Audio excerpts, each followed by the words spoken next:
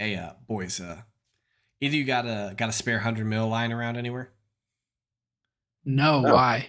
no. Because we're talking about City and Chelsea tonight. This is Red Card Radio.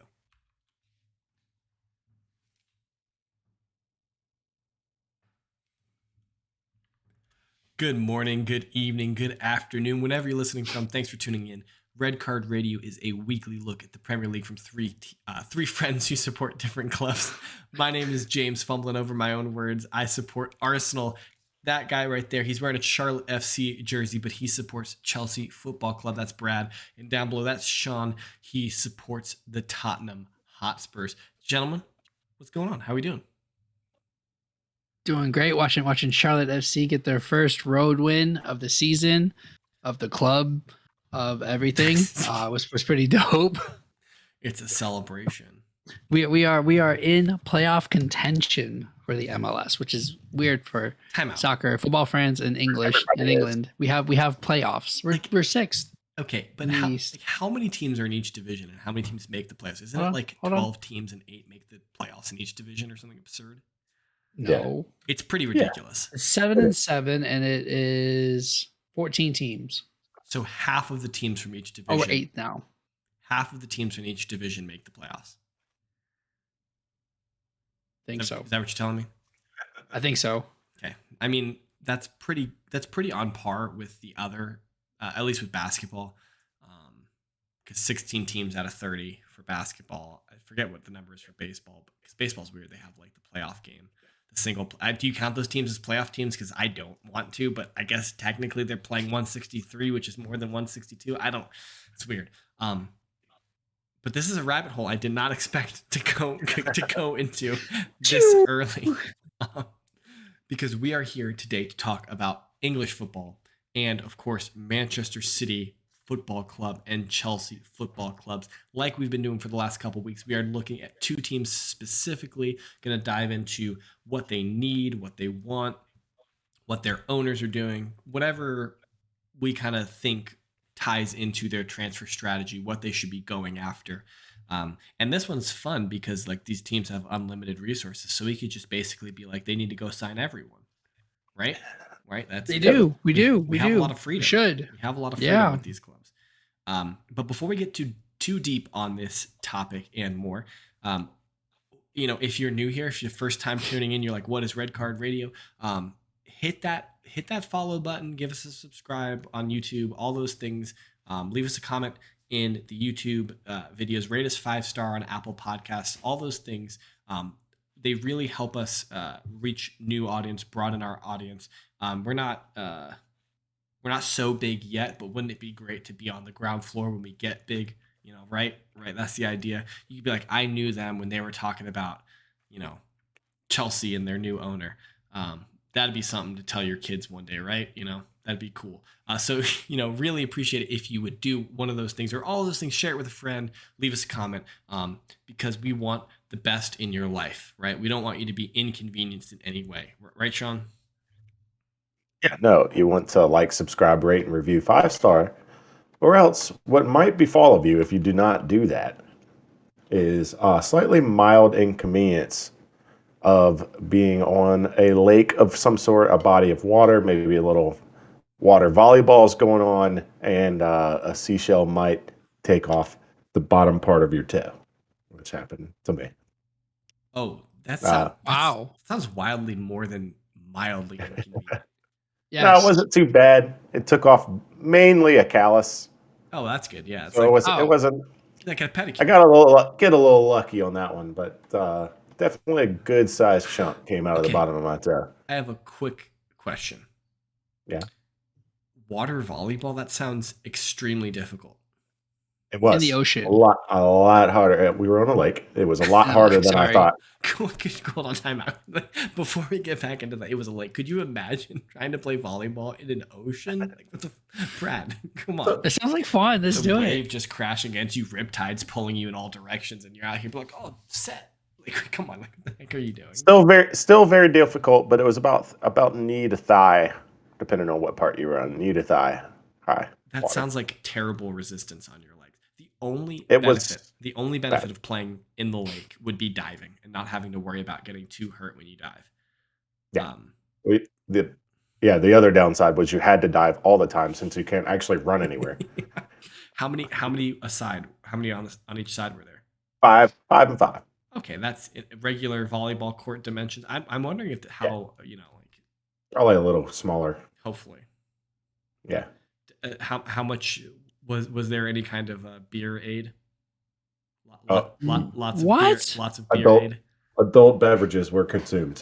What? Happy freedom. No, is that why you don't have one tonight? Don't lie. He's got one. I've got one.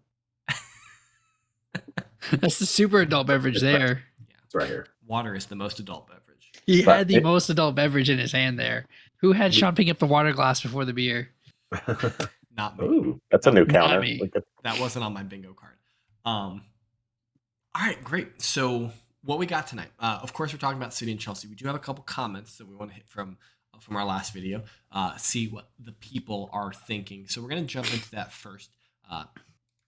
Big shout out to Joel. Welcome back, man. So Joel's comment is about center forwards. He's speaking about Jesus. So Jesus will be interesting. He's a bit more like Firmino in the way that he plays like a false nine. Maybe not quite as much, but definitely similar. Curious to see if he'll be played like a traditional striker or if he'll carry on playing a little deeper. That number 9 shirt will add a little weight, I'm sure. Did Andre wear the 9? Like I don't know what weight. Thierry Henry did the 9 shirt. No, he wore 14, Brian. Oh, I'm sorry. Look, I was just trying to figure out what weight Bro, of a 9 shirt would there be because we know Lacazette ain't it. It's definitely not like that. Bro, the 14 Arsenal shirt is one of the most iconic shirts in the Premier League. What do you this is That's why I was confused by his by Joel's comment on where the weight of the 9 is coming from for Arsenal. I think it's more just a general thought about a squad number, like a top 11. General number 9. Brad, that pained me. Stab right to the heart. Yeah, basically. I have my 14 Walcott shirt on right now, actually. Who inherited the 14 shirt after Henry.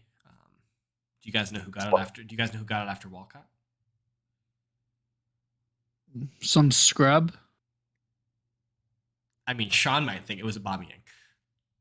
Oh, yes. Oh, we got it after him. Scrub. Do you guys know who has the 14 shirt now? No one. Martinelli? Eddie Nketiah. Nketiah. Nketiah got Man. the 14. Anyway, so Joel's next comment, we'll deal with with Jesus here in a second, but it says any forward should be aiming to get double figures in goal contributions. We kind of had this debate last week about what Martinelli's expectations, I think, were specifically compared to Rafinha and things like that. But he said anything less than that would be disappointing. And he said, saying that ASM got 5 and 5 at Newcastle last year, and that's a little disappointing considering who he was and that he's the main attacking threat for Newcastle. That's the Ballon d'Or candidate, right? Like that's what he said. He's going for Ballon d'Or. Wait. No. I'll say Maxim did say, "How if I had more talented players around me, I would be in contention for the Ballon d'Or."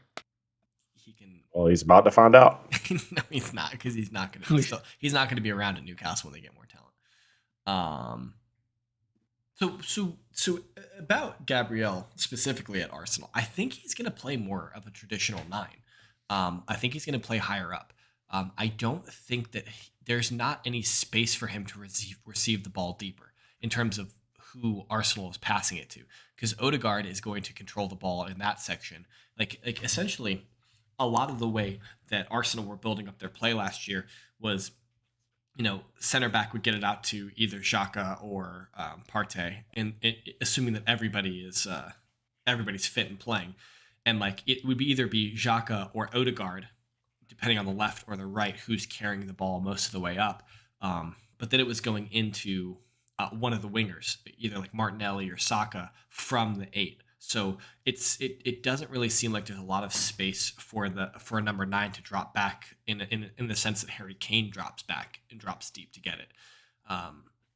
We did like a year and a half ago play Emile Smith-Rowe as a false 9, and that did not work well. So I mean, clearly Arteta was in and around Pep at City. So like the idea of playing a false nine at Arsenal is not necessarily outside the realm of possibility, but I really think that Jesus will be expected to be more of a traditional nine at Arsenal. Now, makes more sense. Whether or not I think so too. Whether or not his game is specifically suited to do that, because he's not super tall. I don't know. I'm not tall enough. What's he, about 5'10"? He's not a target man, though. He's not a target man. He's not somebody that you're shooting, that you're crossing the ball into for a header or for maybe a volley, but definitely not a header. Definitely not somebody to pick out in the middle. I mean, he's a Brazilian center forward. He wants to play with the ball at his feet, and he wants to dribble past people and score goals. Like that's that's kind of like the prototypical like nine, like Brazilian nine. Like you look at someone like old real Ronaldo. I wanted to call him Fat Ronaldo because he's fat now, but not Cristiano Ronaldo. Freaky hair Ronaldo. Yeah, right. CR9 Ronaldo, or not CR9, but R9. Excuse me, R9. R9. R9 Ronaldo. Like he was not scoring a ton of goals with his head. He was like dribbling past people. I'm not saying that Jesus can't score the ball with his head, but I think that he wants to play the ball at his feet and he wants to dribble and score with his feet. R9. That's for Charleston. Very well. Very well done. So I think that he'll be more traditional, and I mean he might come back a little bit, but I think that space is going to be occupied by an Odegaard, by a Xhaka, by an Emile Smith Rowe, someone like that, maybe a Vieira. So I don't know if there's going to be a lot of space for a nine, for a center forward to come back. And yeah, I mean, I think I will be disappointed if Jesus produces 5 goals and 5 assists in the Premier League next year. That would certainly be underwhelming. I think we kind of discussed how he's never had that golden boot chasing year, but I don't think he's had bad years either. I don't think he's throwing up a 5 and 5. I'd have to look. Yeah. I mean, the most goals he scored in a Premier League season was 14. I think is what we discussed last week. I think if you're scoring 14 goals and you have 6 to 10 assists, I think that's a good season. You'd take that. Yeah. I think I'd take that, assuming you're getting goals elsewhere in the team. Because I mean, like if you look at City, like maybe Jesus was scoring 9 goals or like 12 goals, but Kevin De Bruyne was scoring 15 goals, and Raheem Sterling was scoring 15 goals, and Phil Foden was scoring 10 goals, and Mahrez was scoring 10 goals. So like you kind of have to score by collective in that sense. You're not going to, I don't know if we'll really, I mean, like Mo Salah scores a lot of goals individually. Harry Kane scores a lot, but like recently the Golden Boot's been won by like 22, 23 goals, like 21 goals. Like it hasn't been a lot of goals. Like, you know, we've seen Golden Boot races where like it's like 33 goals wins the Golden Boot or something like that. Like that's a tally right there. 33 goals is a lot of goals to score in a season. But I don't remember the last time. Maybe Mo Salah a couple years ago had like 30 in the league. I'm not sure which year it was. Maybe like one of the Golden Boots. I don't remember if it's one that Harry Kane won, but I remember his tally, and I believe it was a Mo Salah year where Harry had 29, and I don't believe he won that year, or that could have been one of his winning years. Like I'm 29 just stuck out of Harry's highest in the league total. All right, so I just did a quick Google search. Combining the statistics for all winners up to 2011, so I guess this is a little bit out of date. The Golden Boot winner scores an average of 24 goals from 35 games and a strike rate ratio of 0.69 goals per appearance. So, you know, 20, like, yeah, you know, like 15 goals is low, but I mean, if he scores 15 goals, that's more than an Arsenal center forward has scored in a couple of years, with the exception of Aubameyang when he's won the Golden Boot 2 or 3 years ago, whatever it was. So, let's plug that in there. Yeah, I got to. Yeah, you had to slide that in there. Why would I not? Why would I not? So yeah. Will had a comment for us. He's this is kind of going back to our conversation about the EPL2, or you know, is there like a youth setup for your players to play at versus being sub team. So Will's response is, going back to the EPL2 discussion from a couple of weeks ago, I don't think a youth competition is comparable to having youth teams play in lower unrestricted divisions. even if the youth teams were as good as the lower divisions men's teams, which, and he says parenthetically, which I seriously doubt, playing against experienced grown men will never be the same as playing against youth teams. Starting a player with the expectation that they'll be loaned out to another club is very different from signing a player to have them play on your youth team. I could easily see players opting to sign with another club rather than sign to play in the EPL too. I think that's definitely true. I think that the players that end up playing in the EPL too are probably academy graduates, like players who have been at Chelsea, who have been at Tottenham, who have been at Arsenal for 3, 4, 5 years, and they feel like they're part of the club's culture, and they're just waiting to get pushed on from the youth team to the first team, and so I think that's generally what happens. I don't think that a lot of these clubs are making signings for players to play in their youth teams. Well, even then, you're still loaning them out. Yeah, like so Arsenal signed Marquinhos from Brazil. Like I think he's like 19 or something like that. And what's his name? He's gonna get plays on Brighton. What's his name that went to Brighton? They're right back. Lamptey. Lamptey came right from our U23 squad. Yeah. Livramento, I think, came right from our U23 squad to Southampton. Yes, I'm pretty sure he did. So, like, I mean, there's Broja. Broja's same thing. No, he got loaned out before. Sorry, that's Broja's second loan. But like Colwell going to Huddersfield. I 100% agree with you that I would rather them be playing at another club than playing in the youth system. But with these new loan rules coming out, I don't know how possible that's going to be as much. So context around that. So FIFA is implementing new rules specifically regarding loans. And so starting this season, in the 22-23 season, clubs will be allowed to have 8 senior players, 8 senior professionals loaned out at any given point in the season. Now, I did pull up the FIFA website because I was curious, but then there is a caveat. It says players aged 21 and younger and club-trained players will be exempt from these limitations. So youth players, people who are under 21, don't count to the 8. And club-trained players, so like somebody who came, so Mason Mount, who is what, 20, how old is he? 23. Mason Mount is a Chelsea club-trained player. I think he would not count. He's a senior player, so he's over 21, but I don't think he would count to that 8-player limit. Yep. Like Adoy. Yeah, Hudson-Odoi. Yeah, that's another one, another good one. Yep. Now, like there's things to be said about like young players who are over 21 who are club trained, but you feel like the need to loan them out. Like that seems kind of weird, but Gilmore doesn't count anymore. Why? He was not club trained. Oh, okay. We bought him at like 17, 18 from Celtic, I think, or something like that. I also don't know what the definition of club trained is, so like I'd have to go into more detail on that. So like clearly you look at a club like Chelsea, who is traditionally, and also Manchester City, who have a lot of players loaned out to a lot of different clubs. They are going to have to change their business model slightly, and so having 15 players loaned out is not necessarily tenable anymore. What's up, Brad? For like Chelsea is considered like the loan army, right? Like we had our loan army. Yeah. Do you know how many loans Atalanta had last year? Players out on loan. I have no idea. You want to take a guess? 22. 20. Sean, how many players did Atalanta have out on loan last year? 20. 65. What? 65 players in their system were out on loan last year. That seems to be made up. No, I'll find the news source because it came right along with FIFA's ruling. Yo, hey, Will, can I get a fact check on this? You're the Italian football guy. Yeah. So give me a fact check. And this is at 19 minutes. I need a Will fact check at 19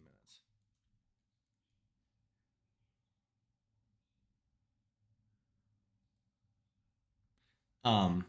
That's insane. If that's true, that's actually insane. Oh, my bad. 45, but still. Okay. Well, 45. So I'm going to say this. 65 to 45 is a huge difference. But 45 to 27 is even bigger.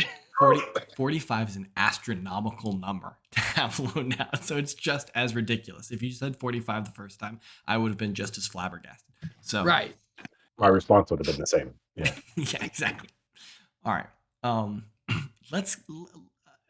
We appreciate those comments. We do have one more comment that we have nested later in the conversation because it's referring specifically about a specific player, and so we'll get to that here momentarily. But we really appreciate those comments. We love talking about your comments, so please submit them. We love to talk about them. But let's get into the meat of this. We're going to start with Chelsea Football Club, just because I bet Brad probably knows the most about them. So we're just going to give Brad the floor, kind of let him talk about his club, and take it away, bro. And that's a lot of pressure there. I know the most about Chelsea. I mean, clearly on this pod, I know the most about soccer, so therefore I know the most about Chelsea. You just literally asked what number Thierry Henry had at Arsenal, so your comment is already on face value invalid. But continue. Yeah, but 100 mil, but that 100 mil is not invalid. Wait, you mean the 98 million you're giving to Inter? I'm so confused. The 8 mil we got back, yeah, it's a great change. So yeah, new owners, Todd Bowley. We are no longer under restrictions. Hopefully we get a jersey release soon because that still hasn't happened. I don't know what kit my team is wearing next year. But totally clearing house. I think losing Bruce Buck was probably expected as like chief chairman. Clearly Bowley would have taken that seat. Losing Marina hurts a lot. She was the key negotiator, the focal point of Chelsea. She had a lot of power. I think transitioning that power to Thomas Tuchel is a good thing long term. I think this transfer window is going to turn into chaos a little bit because of that. So you have a question. Quick question, point of order. So yes. Chelsea were operating under a European model, right? With a first team coach and Marina as the head of football, like transfers and things like that. Director of football, kind of not in title, but in function, essentially. Okay. She made a lot of the club's decisions. She went out and bought the players and sold the players. Could she do them independent of the manager, I guess is the question? Not saying that she did them independent of the manager, but like in the European model, like generally like there's a first team coach and they're just given players by the club. And the director of football, so it's Spurs, like Paratici is the director of football. He was the director of football at Juventus. And so like there was a collaborative, like there's always like a collaboration between the manager and the director of football in terms of targets. But in theory, I don't say the director of football could go sign who they want, and then the manager, the first team coach, has to just do it. So was Tuchel yes. a first team coach? Yes. And is he now the manager? Yes. Okay, so have they changed his title legally, like officially? I don't necessarily. I don't know, but I know that for all intents and purposes. Function. Okay. Correct. In function, Bowley has made Tuchel the manager. He's looking to emulate the City and Liverpool model that like the club represents. The club is like represents the coach, right? So whatever the coach's model is, yep. Who they're bringing through, how their training regimens are, where they're going on loans, why they're going on loans, who's staying in the club to be pulled in. Got it. All of those things are all coming from Tuchel. Okay. Or so that's been the reports. We don't know. Very interested to see how this transfer market works out. We've had a couple of deals get close, but nothing has been finalized yet. That's the truth. Which is a little frustrating, but it's not weird for Chelsea, because what will happen is Chelsea will go for these targets. Oh, we're talking. Oh, we might do this. We might do that. And then at the end, it's deadline day, and we're buying 3 players for way over the price. I mean, but like, I don't remember Chelsea. Hoping that doesn't happen. It doesn't. Chelsea. I don't remember Chelsea to be the transfer deadline day club where they're signing a bunch of players on deadline day, right? It's how we got Drinkwater and Bakayoko. Okay. There's been a few times where we've done that. Okay. Or we've spazzed out and overpaid. It's not outside the realm of possibility. The yes. Of the club. Correct. We're taking forever to get deals done. Which it was just a little weird, but I think we're talking mostly about the Rafinha thing. Is that like Chelsea and Leeds agreed to a fee for Rafinha, but it sounds like Rafinha could never reach an agreement on personal terms with Chelsea. I think also when the agreement was reached, there was and Fabrizio's comments. I think it was like recited elsewhere that personal terms should not be an issue. This should be wrapped up in a couple of days. I think that was all from like Deco, Rafinha's agent, until Deco learned that Barca wanted to come in for him. But this is and the then problem. being the agent that he is that like hey Rafinha, if you want to wait, Barcelona might come in. I mean, but that's the thing about apparently Rafinha and Barcelona have agreed to personal terms like since like March February or something like that. Yeah. So like they had agreed to what he would be paid if he was a Barcelona player. The issue with Rafinha to Barcelona had always been, does Barcelona have the money to pay for him? And clearly Barcelona does not have the money to pay for him.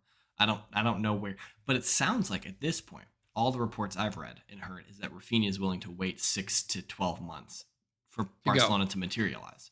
Like he's willing to ride it out at Leeds for another year, which is I think why you haven't seen Arsenal go back for him, which is like right. You know, if it was £5 million between Chelsea and Arsenal, and you know, if Arsenal didn't put up a fight, that's silly. It's telling you something, right? Yes. It's telling you that it doesn't seem like Rafinha. It seems like Rafinha wants Barcelona or nothing. Yep. Oh, so, yep. No, totally. And like Deco is a former Chelsea player, so I think there were thoughts and feelings shared that this wouldn't be a problem until Barcelona. The issue with Barcelona. And Barcelona could have probably found 25 mil somewhere. No, I don't. It's 60 mil. I don't even know if they could do that. Like Barcelona, like they got their freeze finally registered. Kessie and Christensen are finally registered today. No, they were announced by the club, but they can't be registered for La Liga yet. La Liga, they still can't be registered for in Spain yet. So it's like that club is please go under. Please liquidate. I'm so done with Barcelona. And all their $1 billion release clauses. No. Yo, why would you even put that in the contract? Well, because they don't want Neymar to happen to them again. Well, I guess that's I forgot about the Neymar when he walked in with 220 mil. I was like, all right, I'm out. Yeah, they don't want to get Neymar again. Till some club does it. I mean, it's only a matter of time. It's 15 years. In 15 or 20 years, we could 100% see $1 billion transfer. Yeah. I fully believe it. I hope whenever the next Mbappe happens. I hope it doesn't happen, but I could see it. Yeah, because then that throws everything for a loop. Then you're buying one player. Or you're buying all of the youngsters, which FIFA just shut down. But all right. So departures, let's get into that. Like we have been joking about Lukaku fucking off back to Italy. Okay, tell us how you really feel, Brad. Getting him out of the club. Be gone. Yo. Get out of here. Here's the problem. His daddy's not there, though. His daddy's still in London, so we'll find out how good he really is. There's so much hate for Lukaku. It seems so unwarranted, but whatever, man. I think we already talked about this. He came in and didn't do the things he wanted to do. Then he was grumpy about it, and then did that interview. That interview fucked everything. But wasn't like cool. If Lukaku had 15 goals at the end of last season, and then he doesn't do that interview, then why the fuck are we getting rid of him? That interview changed the complete relationship with everything. Okay, so the recent report, I think we talked about this last week, or maybe there's just the three of us talked about it, but like there was that report that came out that said that him and Tuchel were watching a Spurs match, and he said, "Hey Lukaku, hey Romelu, there's your daddy," referring to Conte, and that soured the relationship, right? So the question is, did that happen before the interview or after the interview? I bet it happened before the interview, right? Maybe. Who knows? No, because we didn't play Tottenham before then. Yeah. Unless it was during the friendlies and like this. No, this shit was just terrible from the beginning. They were watching a game. Didn't mean they were watching a game on TV. I think they were. It doesn't say on TV. I think they may have been like watching from the bench or something. I don't know. You're implying that they were watching Chelsea play Spurs. I think that's not necessarily stated. I think they're just watching like game footage. Maybe they were just sitting in the locker room and they had a Spurs game on, and like he just made that comment to the crowd. I could got pissed. I could see it happening. That seems like something that would be said in the locker room. Yes. Okay, but Lukaku is gone. He is back to Inter on loan for the season. Yep. Christensen played his games, even though we met all of his demands. He's still fucked off to Spain. Yo, there's so much animosity right now from Brad to like these departing players. Well, look, It's intense. Christensen wasn't a casualty of the embargo. Christensen had decided himself, and he just kept playing the game of, okay, we'll do that. Like he's like, hey, I need you to do this. You do X, I sign. Okay, we did X. Okay, I don't want to sign. I want Y. Until they were just like, this is ridiculous. No, either you're going to sign the contract that we came to terms with, that your agent said, yeah, this is what we want, this is what we'll do to sign, or you don't. Yeah, no, I know. But it's just it's funny. It's just cracking me up. Both of them, yes. And then Rudiger, Rudy is a casualty of the embargo. Because I have no doubt that he would have re-signed had we been able to offer him terms. It seems weird to me though, like why, like, is someone like Rudiger, like he could have waited, like say he didn't want to wait anymore, because like the thing with Chelsea was like, hey, give us a few more weeks to get this figured out. As soon as we get the owner in there, they're gonna release sanctions, we'll get you re-signed. Okay. And then he comes April, May, and he's like, well, I thought he said in his interview that conversations, that contract extensions broke down with Chelsea in the fall, and that they were talking about a contract in the fall, and then it just stalled months before the embargo happened. It broke down when Lampard was there. That was his issue. It was like 18 months ago. I know. That was the original issue, and then they never went back until Tuchel came in. We won Champions League. Then they went back to the table for him. Okay, that seems like malpractice on the club's part, but okay. Well, I mean, when you had Lampard there, how much was Rudiger playing? And Rudiger was playing out of position. Clearly, he's the best in a back three. In a back two, he was your best center back. He's forward led. Last year, he was our player of the season last year. Wait, hold on. He's in a back two. He's what? In a back two, he's not as good as a back three. Okay, all right. Am I wrong? You're probably you know better than me. I think he's a really good center back. That's a bad loss. It's a huge loss. He's playing, especially with his character and his style. Like, oh my gosh, we're missing that from our defense. Because Thiago is brilliant. Thiago can like disrupt the lines and be in position when he's supposed to be, but Thiago doesn't have that bully mindset that Rudy did. Punch my microphone. Sorry. Just knock it out. I put Sal on as our departure. He was alone with an option to buy that never played. He was like our sixth starter. Don't even talk about Sal. Like we should have probably just loaned him to another club when he came to us. So those are your departures. Is there anyone else who's going out per se? I'm just quickly looking at this. Yeah, no one. Everyone else is a child, really. Or Danny Drinkwater. He's gone. Bye, Danny Drinkwater. Yes. Maybe he will drink some water like Sean did earlier. That was really terrible, Brad. That was really rude. I'm sorry. We're just drinking water. We're all taking a sip of water in honor of Drinkwater not being a Chelsea player anymore. Okay, so where does that leave your club? So if we look at the goalkeepers, I'm just gonna quick rapid fire. So you got Mendy and Kepa still on the books. Best 1-2 combo there is in the Prem. You know my feelings on this. I'm still disagreeing. If Arsenal keep Leno, I'm still disagreeing. But Mendy is leaps and bounds better than Ramsdale. And Kepa and Leno are even. Disagree, but it's the closest I'm getting to saying what you think. Disagree, but continue.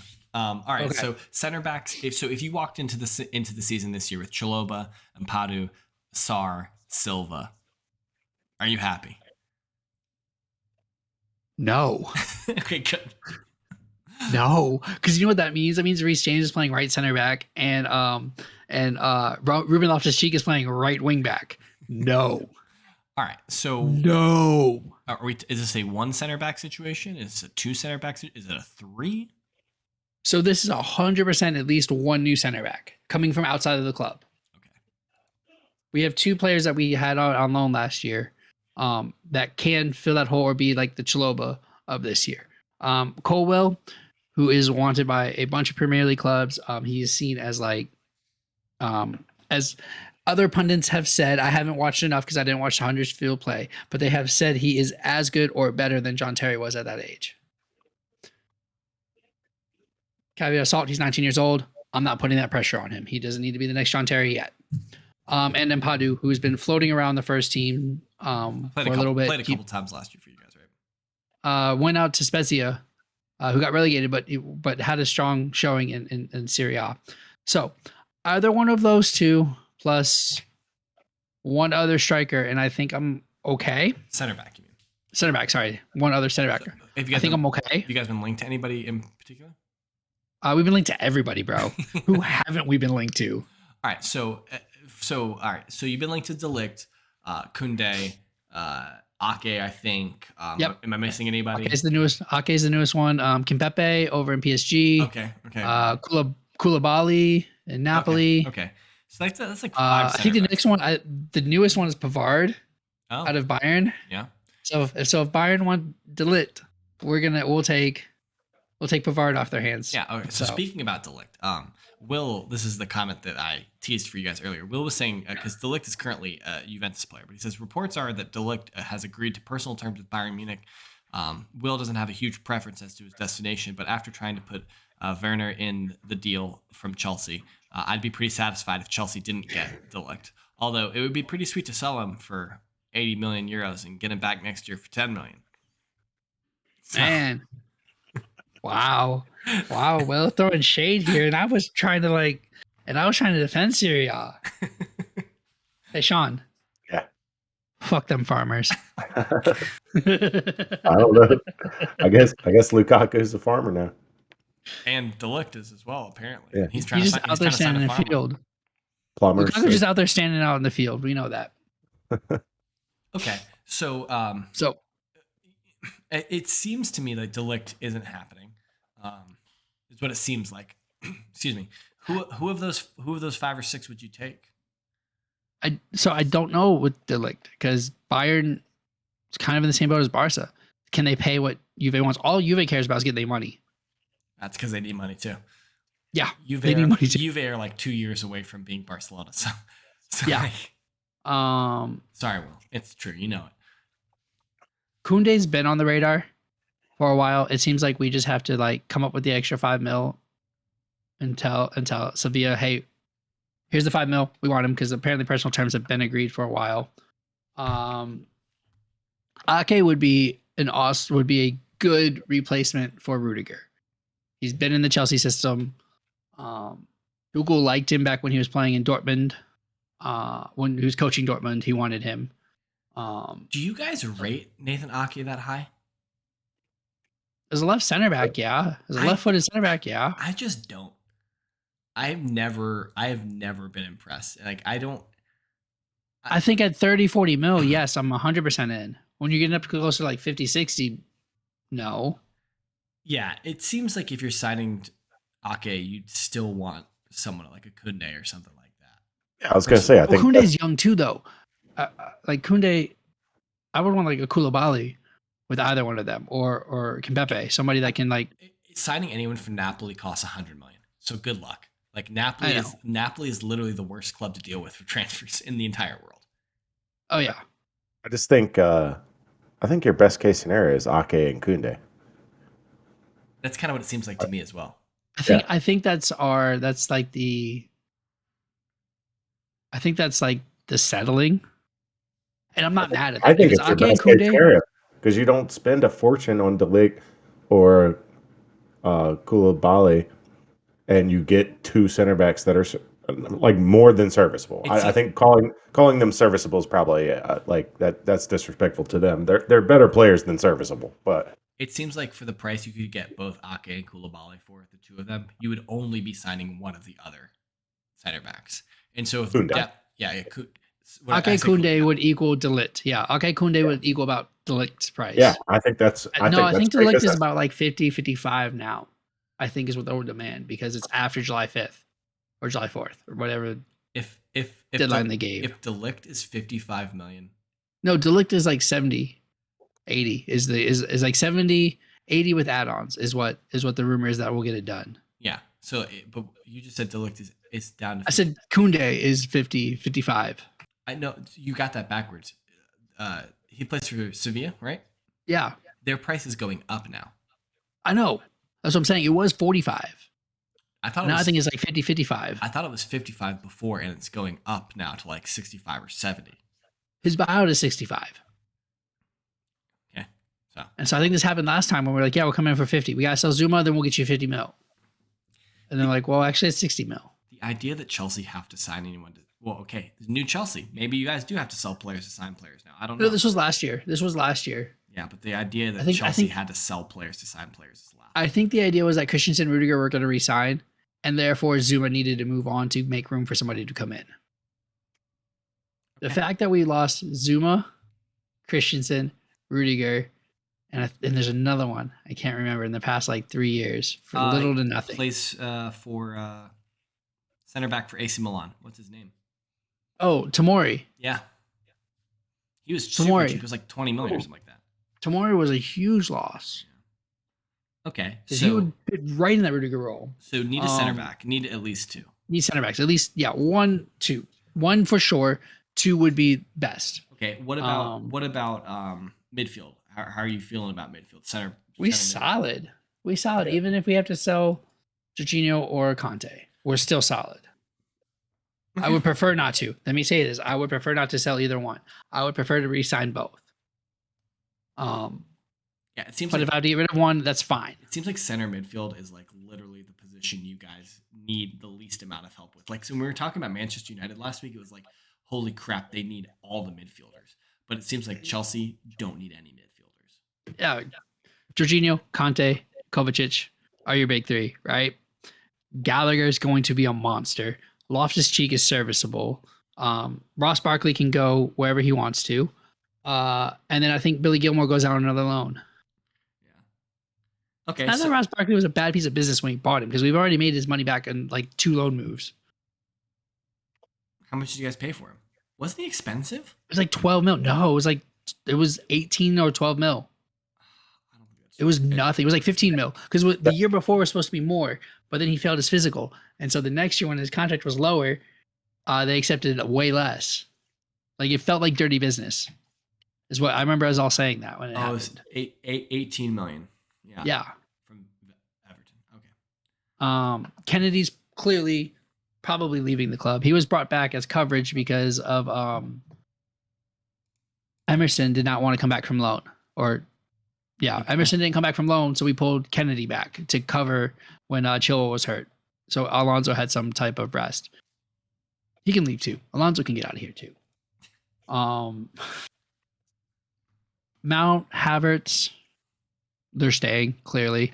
Ziyech is probably out the door. Ziyech is the most likely of our forward. Ziyech and Werner are the 2 forwards that are probably most likely out the door. So, but okay, let's think about that as forwards. If you guys get rid of Werner, who are your center forwards? Havertz and Broja. And I guess Mishi. I didn't know Mishi was still on the squad, bro. All right. So the same question I ask you about center backs. If you guys go into the season and that's your attacking core, are you happy? I am more happy with our attacking options.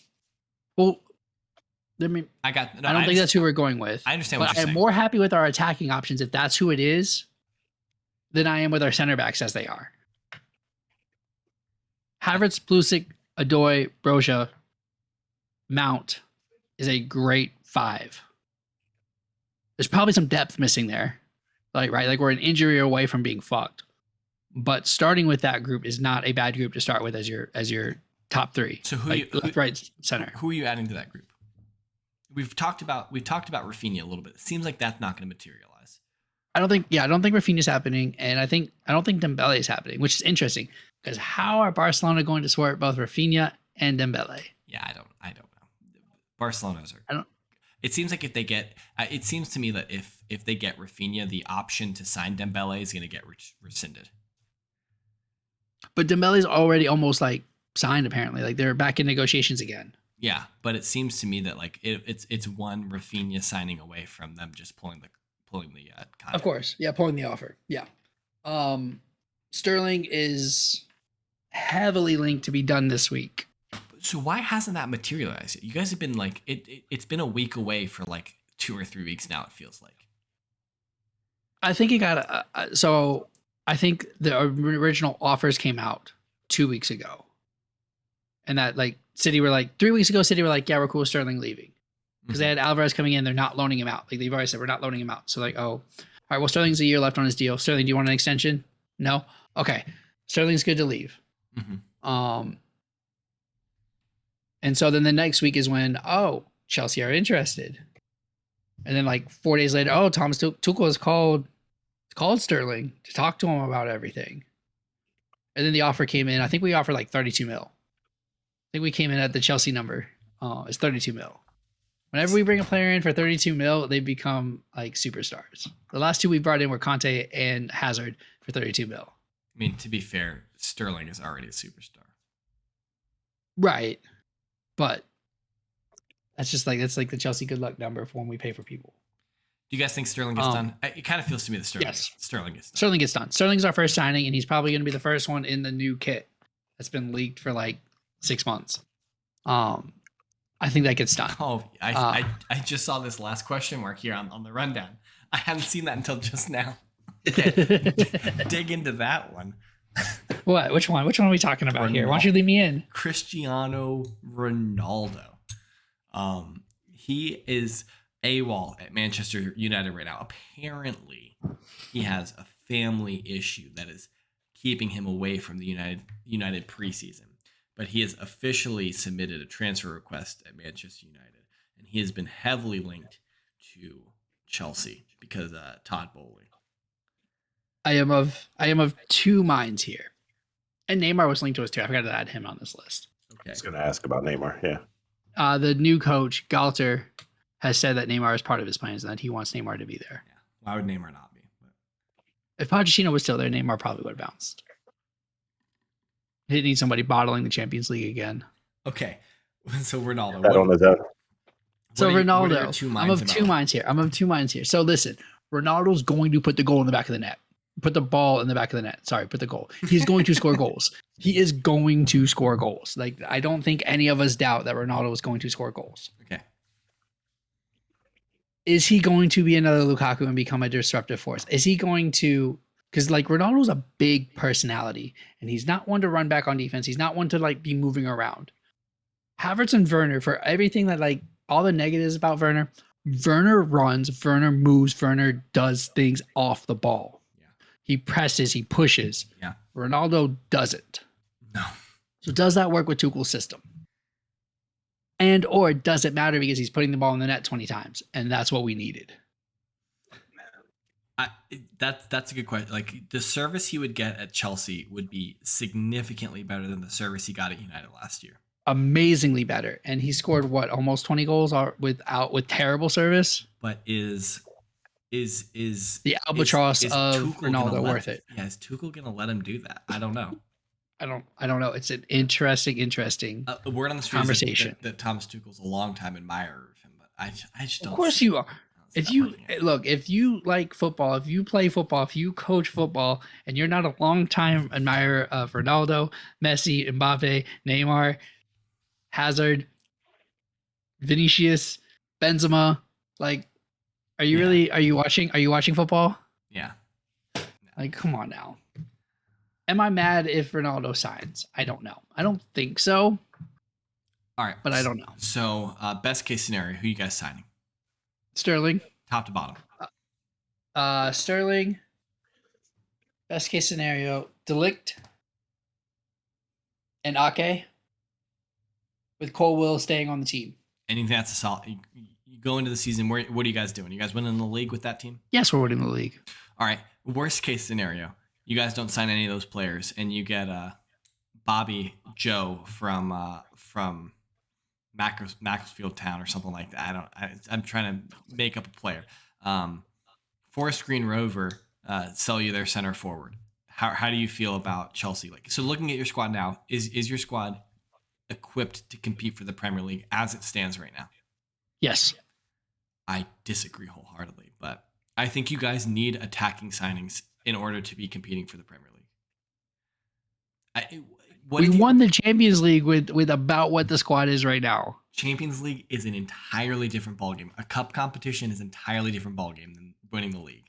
and we played Liverpool to two shootouts. Sure. We played City to a 2-goal difference, to 2 1-0 games. You don't win. In our past 5 games, it's our past 6 games with City is 3-3. You don't win. Okay, I'm going to say this, and it's going to be outlandish because Liverpool could have won the league if they beat City. But you don't win or lose the league by playing tight against City.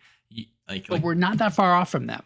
What I'm saying though is that I think you guys are missing goals. Is that you guys have Chelsea have tried to address this issue that you've been having for the last 3 transfer windows of buying center forwards.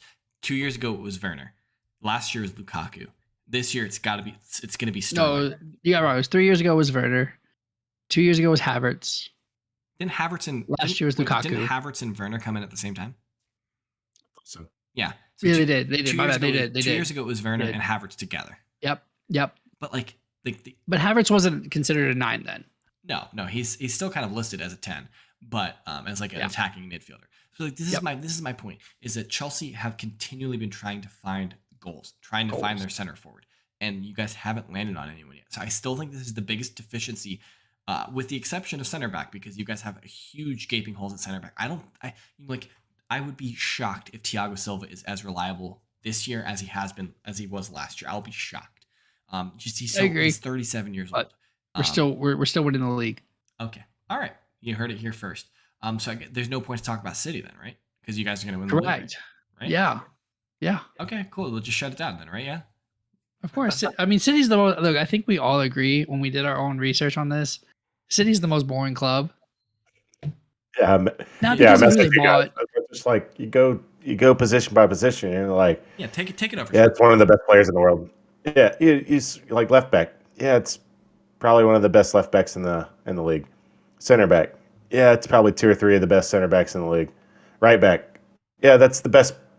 Probably 2 of the best 5 right backs in the league. And you just like go position by position. And you're like, how much content can we pull out of this? Because they're all so freaking great. They've done a remarkably good job, and I think of the word we used earlier when we were talking about City was refreshing, right? Yeah, they're not rebuilding. Yeah. They're not doing anything.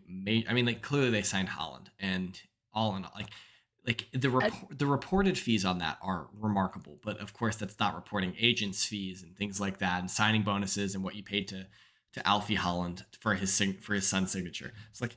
There's a lot of money that we don't know about in the Haaland deal, but they paid a lot for Erling Haaland.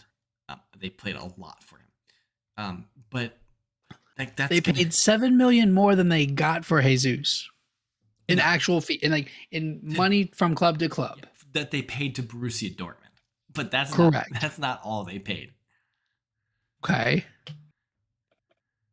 but that money is not official money. Official money, he cost 52 mil. That's awesome business. That's fantastic. That's astronomically amazing business. Yeah.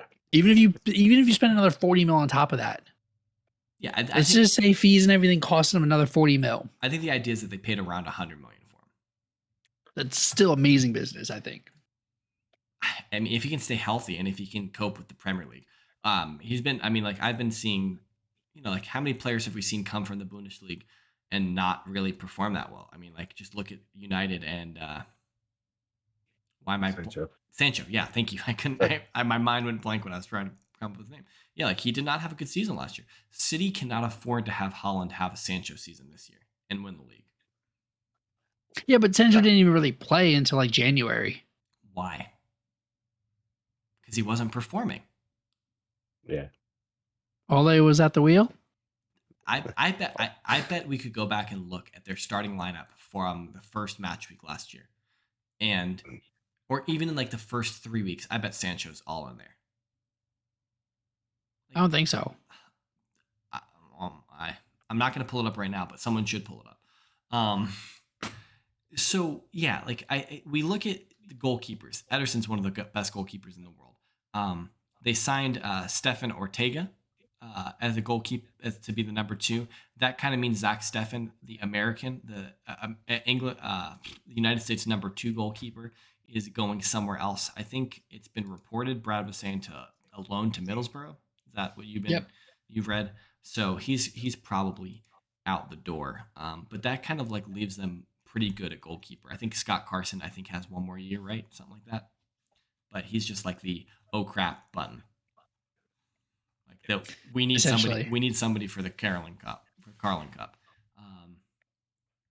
I mean, center back core is strong. Yeah. Yep. Now, if they do lose Aki, they probably do want one. They probably do want to sign one. You think? I think that's what is probably going to hold up Ake back to Chelsea. Is that they would want a replacement, because every single person that they've signed clearly has somebody that has sold or will be sold to move. Yeah, they let go of Fernandinho, bring in Calvin Phillips. So, yeah, it's been kind of like a swap. They bring in Holland. They let go of Jesus. Yeah. Yeah. Let go Sterling, get Julian Alvarez. They haven't let go of Sterling yet, but that's why everybody's like, it's probably. That's why I think the three of us are the most confident in Sterling leaving.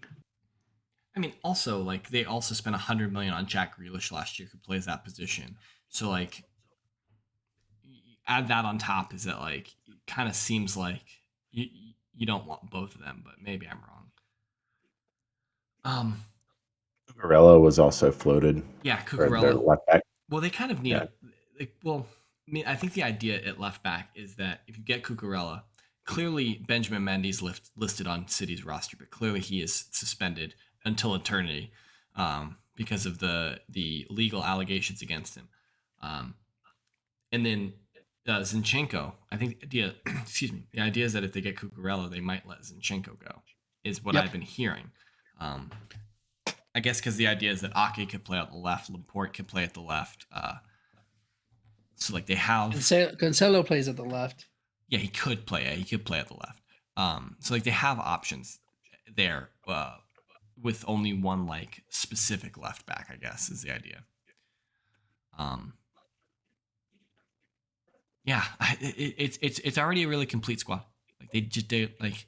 Do you think like you just want to like say they should sign like who's really expensive? They should sign Mbappe from PSG, right? Yeah, like 500 mil. Should just go out and get it. Whatever it costs. Whatever it costs. Yeah. Whatever it does to get the job done. Pep, you need to do it. Yeah, Pep, you should do this so that both clubs could then fail to win the Champions League again. PSG and City. I mean, like, so looking at their squad right now, just at a baseline level, this club is clearly built to challenge for the Premier League. Yeah. Alrighty. Yep. Right. And it's built to challenge in Europe. It's built to win Europe. Like, yes, as an afterthought, they will win the Premier League, but let's be real. Their focus is Champions League. Damn, hold on, time out. Did you just say that City's going to win the Premier League? The team is built to win the Champions League, and as a side, they are built to win the Premier League. Okay. Just like I said with Chelsea. I said Chelsea just won the Champions League, so of course we can win the Premier League. Okay. Good try.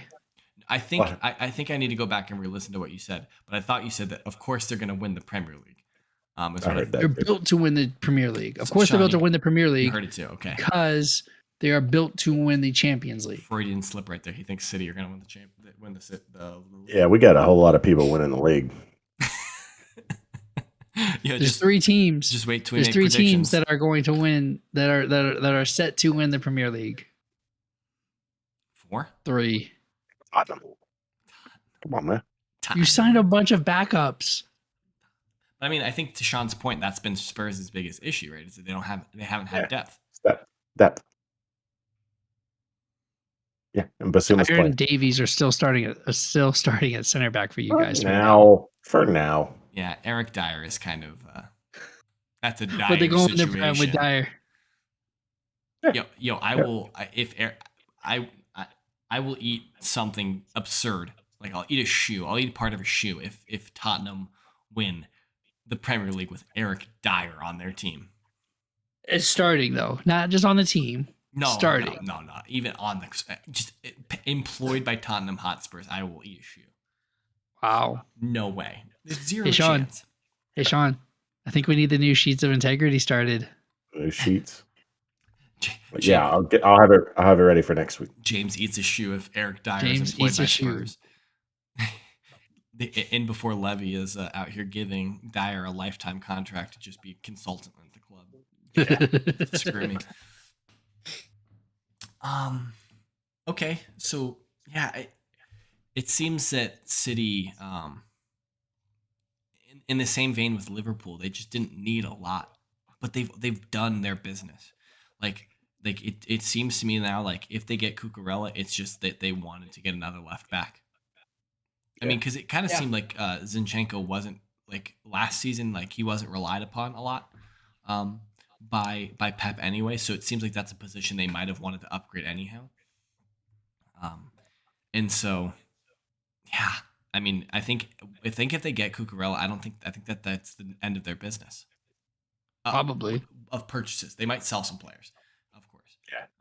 It depends. If they sell Ake, then we agree they need some sort of center back. Okay. Yeah.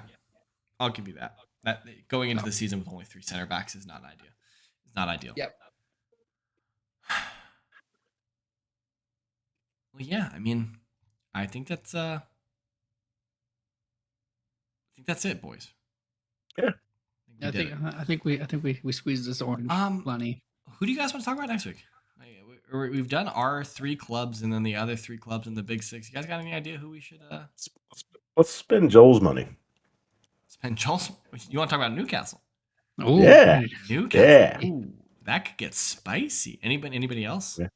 I mean, there's another club that's rumored to be having a buyout here, of a big buyout. Oh yeah. We can spend some Skinny Frank's money next week. Oh, Frank, you want to go up to the Merseyside again? No, he's Skinny Frank. Nah, he is. He ain't got no budget. He got no. This is Frank Lampard on a budget. This all right. is, yeah. So Newcastle and Everton. That seems. I could do that. I could do that. Let's knock it out. Yeah. Hey, Joel. You busy next week, bro? What's up? Maybe we'll get the man himself on here to spend his own club's money. But yeah, so that's it. That's all we got for you guys tonight. If you're still listening and you're new and you were like, I need to listen to the whole podcast before I decide if I'm going to subscribe, now is the time to do that. You should hit that button. You should leave us a comment and tell us why Chelsea are not equipped to win the Premier League as currently composed.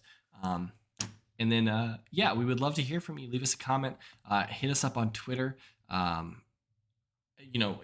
at KSBradG. You can send him all of your Chelsea slander. That's at Whiteheart_Sean. I am at James Tiffany. We collectively are at Redcard_Radio. You can hit us up on Twitter. And we'd love to hear from you. And until next time, where we will be discussing the happenings on the Tide and on the Mersey, right? We'll see you guys next time. Let's do it. Good night. Have a good one.